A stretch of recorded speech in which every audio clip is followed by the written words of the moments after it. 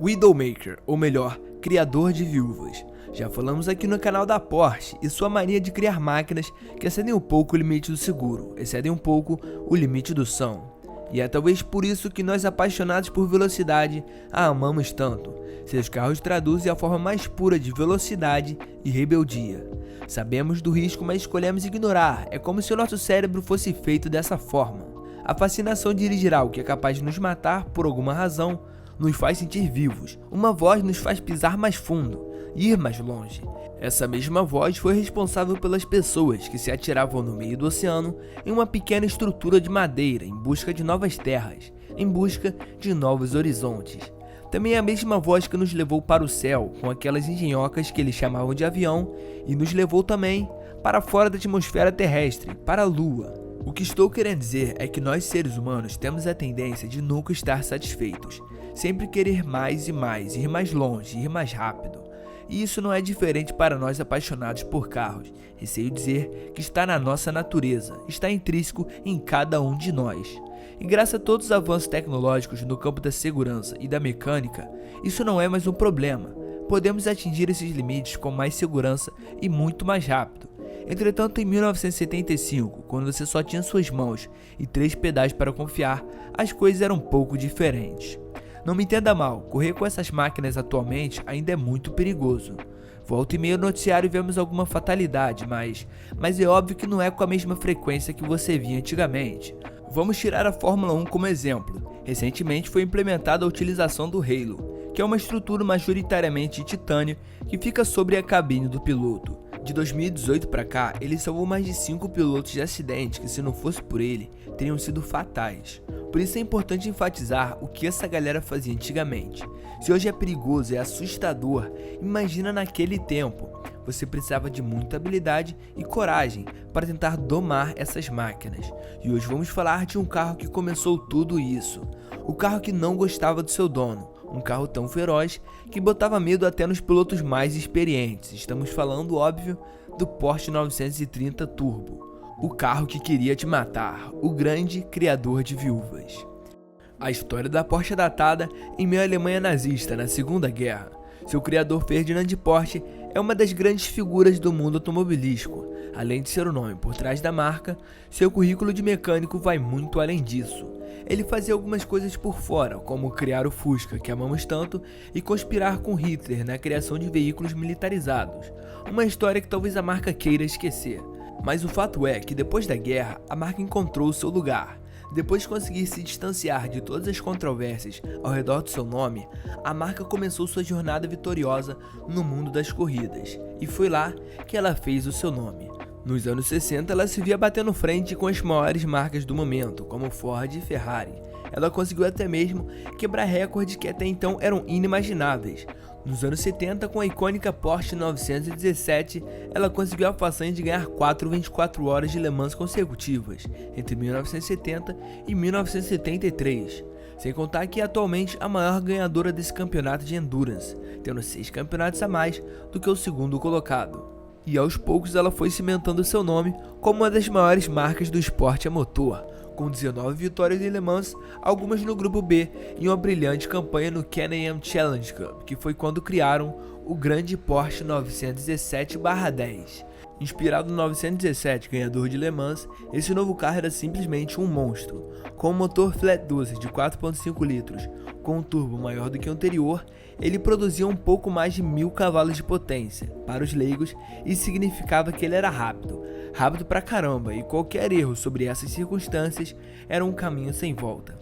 Por isso eles tiveram a certeza que era preciso um piloto com experiência suficiente para tentar amansar essa besta. E esse piloto não podia ser outra pessoa senão George Foreman. Conhecido pela sua forte personalidade, ele foi a pessoa escolhida para ficar atrás do volante daquele monstro. Juntos eles se tornaram imbatíveis. Quando ele entrava naquela máquina, só tinha uma certeza. A certeza que 2 horas depois, ele estaria estourando champanhe no lugar mais alto do pódio. Eles se tornaram uma força tão dominante que foram proibidos de correr, isso mesmo. Foi criada uma lei com o intuito de deixar o campeonato mais competitivo, que simplesmente baniu o 917/10. Agora fora da Can-Am, a marca sentiu que precisava ter uma maior variedade e entrar em outras categorias. Por isso eles decidiram que estava na hora de participar no grupo 4 do campeonato de Gran Turismo. Só que para entrar nesse campeonato, significava que a marca deveria homologar um carro de rua para poder competir. Em teoria, era preciso que os mesmos vendessem 400 exemplares para finalmente poder correr. E eles já tinham esse carro, o carro perfeito, que era a cara da Porsche. E ele era o 911, óbvio. Seu chassi também era perfeito, só que só tinha um problema: seu motor não era forte o suficiente. Por isso a Porsche, junto com seu renomado mecânico, Dr. Ernest Fulham, tiveram a brilhante ideia de pegar o motor do Carrera RS74, o melhor motor que tinham na época, e misturar com o turbo do 917/30. E assim nasceu o projeto. Esse motor era simplesmente avassalador, algo jamais visto. Era um Flat Six turbo alimentado de 3 litros e mais tarde 3.3, que produzia uma quantidade considerada de potência e torque. Mas as coisas ficavam interessantes com seu turbo lag, que tinha um atraso na resposta do acelerador devido à sua turboalimentação. Isso significava que no meio do nada você recebia uma força absurda, e isso era o que o tornava a sua entrega de potência tão imprevisível e desafiadora. Só que tinha um problema: esse novo motor era muito forte para o até então perfeito chassi do 911. Não importa o que eles faziam, não era o suficiente. Tentaram alargar os eixos traseiros, colocaram um enorme aerofólio para aumentar a downforce e o carro não sair voando por aí. Adicionaram até mesmo novos freios e não foi suficiente. Eles tentaram de tudo, mas esse carro era simplesmente indomável. Era impossível domar esse monstro. Por isso tiveram a brilhante ideia de fazê-lo assim mesmo e esperar para o melhor. Então ele começou a ser lançado em 72, foi apresentado oficialmente em 74 e começou sua produção para as massas em 75, sob o nome de Porsche 911 Turbo. Esse carro era rápido como uma flecha, que dava a falsa sensação de estar sob controle. Ele era muito forte e estável para uma pessoa normal, sem contar que o seu turbo lag o tornava mais imprevisível ainda.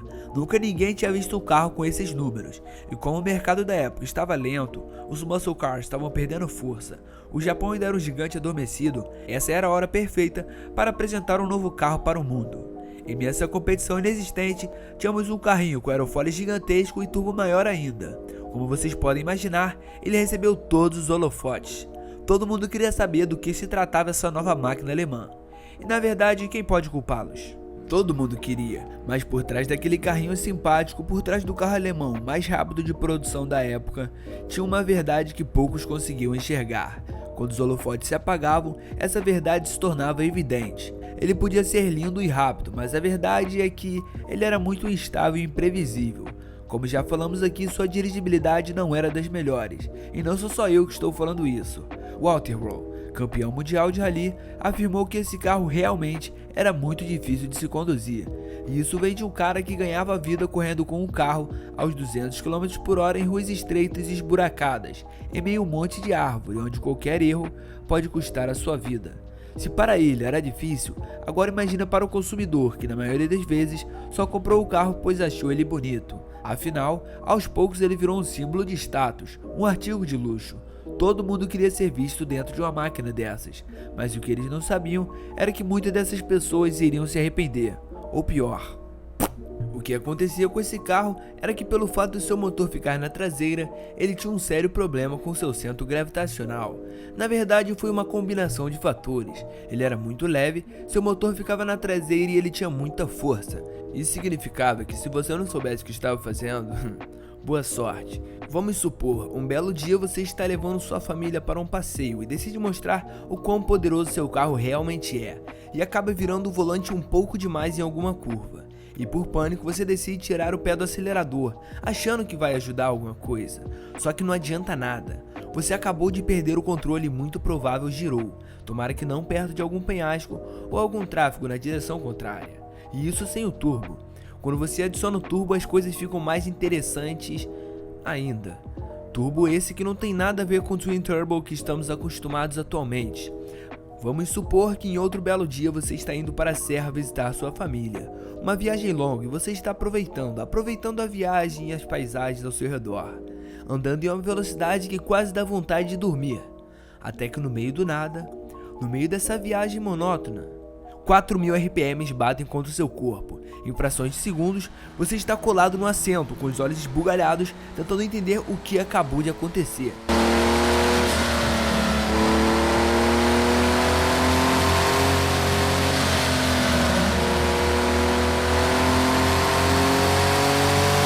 Isso se você tiver sorte de conseguir segurar esse carro, que já era difícil de se controlar. Um carro que é conhecido por não ter a melhor dirigibilidade. Chega a ser absurdo quão perigoso esse turbo realmente é. Antes dele, o 930 não passava de um carro esportivo antigo, que não gosta nem um pouco de você e não quer te obedecer. Mas depois do turbo, esse pequeno carrinho se torna um caixão ambulante. Se por alguma razão o turbo fosse ativado no meio de uma curva, o resultado poderia ser catastrófico. E você tem o que é preciso para domar esse carro? Quando ele perde sua tração e devido sua má distribuição de peso começa a derrapar. Esse tipo de habilidade leva anos para os pilotos profissionais conseguirem aprender. Mas esse não era um carro de corrida para pilotos experientes, era um carro esportivo normal, feito para qualquer um que tivesse dinheiro suficiente para comprá-lo. Vamos usar como analogia uma faca de chefe. Na mão de um chefe, por mais que ela ofereça perigo, ele sabe o que está fazendo, então a probabilidade dele se machucar é muito baixa. Mas se a gente botar essa faca na mão de uma criança, a probabilidade dela se machucar é muito maior, basta apenas um deslize. Mas esse perigo iminente faz as pessoas pararem de comprar essas facas, ou melhor, esses carros? É claro que não. Pouco tempo após seu lançamento no mercado, foram se empilhando inúmeros acidentes, sendo alguns deles fatais. A partir daí surgiu o debate acerca do que era considerado legal e se era cabível os compradores processarem as marcas por fazerem carros irresponsáveis. Aparentemente fazia total sentido, por isso a marca alemã foi obrigada a pagar 2 milhões de dólares em danos e também oferecer aulas de pilotagem para deixar os tais compradores mais aptos para dirigir essas máquinas. Mas a verdade é que não importa o quão perigoso ele seja, como falamos no início do vídeo, a fascinação de dirigir algo que é capaz de nos matar, por alguma razão nos faz sentir vivos. E na minha opinião, não tem outra forma de definir essa marca que amamos tanto. Ela faz o que muitas queriam fazer, mas não tem habilidade e muito menos coragem. Ela ultrapassa limites, torna o impossível possível. E não é à toa que ela é uma das marcas, se não a marca de carro mais tradicional do mundo automobilístico. Por hoje é isso. Muito obrigado pela sua atenção. Se chegou até aqui e gostou do nosso trabalho, se sinta à vontade de nos seguir, ativar o sininho para sempre ser avisado quando postarmos novos vídeos e não se esqueça também de deixar o seu like e compartilhar com seus amigos. Nos vemos nos próximos vídeos. Comente abaixo o próximo tema que gostaria de ver no canal. Sua opinião é muito importante para nós.